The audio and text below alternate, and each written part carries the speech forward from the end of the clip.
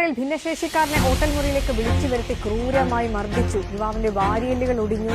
യുവതി ഉൾപ്പെട്ട 4 സംഘമാണ് മർദ്ദിച്ചത്. അക്രമി സംഘത്തിലെ 2 പേർ പിടിയിലായിട്ടുണ്ട്. പ്രതികളായ സഫ്നെയും അമലിനെയും ഇപ്പോൾ വിശദമായി ചോദ്യം ചെയ്തതിനു ശേഷം കോടതിയിൽ ഹാജരാക്കി റിമാൻഡ് ചെയ്തു. മോളലി എന്തിനാണ് ചിരിക്കുന്നത്?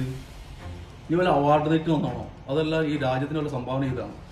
ക്രൂരമായിട്ട് ഒരു ഭിന്നശേഷിക്കാരനായിട്ടുള്ള ഒരു യുവാവിനെ 4-5 പേര് ചേർന്നിട്ട് ലൈംഗിക ഉദ്ദേശത്തോടെ സമീപിക്കുന്നത്, അതേമാതിരി കുതിര് മാറുമ്പോൾ അതിന്റെ വാരിയെല്ലടക്കം പൊട്ടിച്ചു എന്നുള്ള ഒരു മാനുഷികമായിട്ടുള്ള പരിഗണന പോലും നൽകാതെ ഒരു മനുഷ്യനെ ക്രൂരമായിട്ട് വേട്ടയാടിയതിനു ശേഷം മാധ്യമങ്ങൾക്ക് മുമ്പിൽ നീ എന്തിനാണ് ചിരിക്കുന്നത്?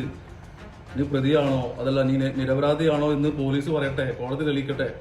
ഇത്തരത്തിൽ മാധ്യമങ്ങളെ നോക്കി ഇത്തരം പുച്ഛത്തോടെ ആ ഒരു ഭിന്നശേഷിക്കാരനുള്ള യുവാവിനെ വീണ്ടും തളർത്തുന്ന, അതല്ലെങ്കിൽ നിയമത്തെ, കോടതിയെ, പോലീസിനെയൊക്കെ വെല്ലുവിളിക്കുന്ന, അവഹേളിക്കുന്ന രൂപത്തിൽ ചിരിയാണ്.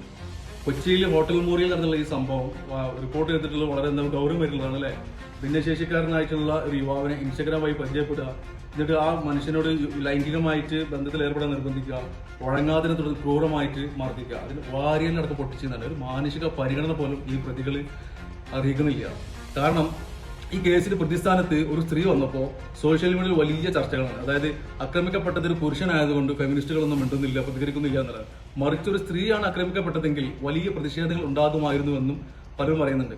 പുരുഷന്മാർ നേരിടുന്ന പീഡനങ്ങൾ വളരെ ചെറുതായിട്ട് നിസാരവൽക്കരിക്കപ്പെടുന്നു എന്നുള്ളതാണ് ഇവിടെ പ്രകടനമാണ്. ലിംഗഭേദമന്യേനെ പോലീസ് അന്വേഷിച്ചിട്ട് വ്യക്തമായിട്ടുള്ള കൃത്യമായിട്ടുള്ള ശിക്ഷ നടപ്പിലാക്കട്ടെ അല്ലെ.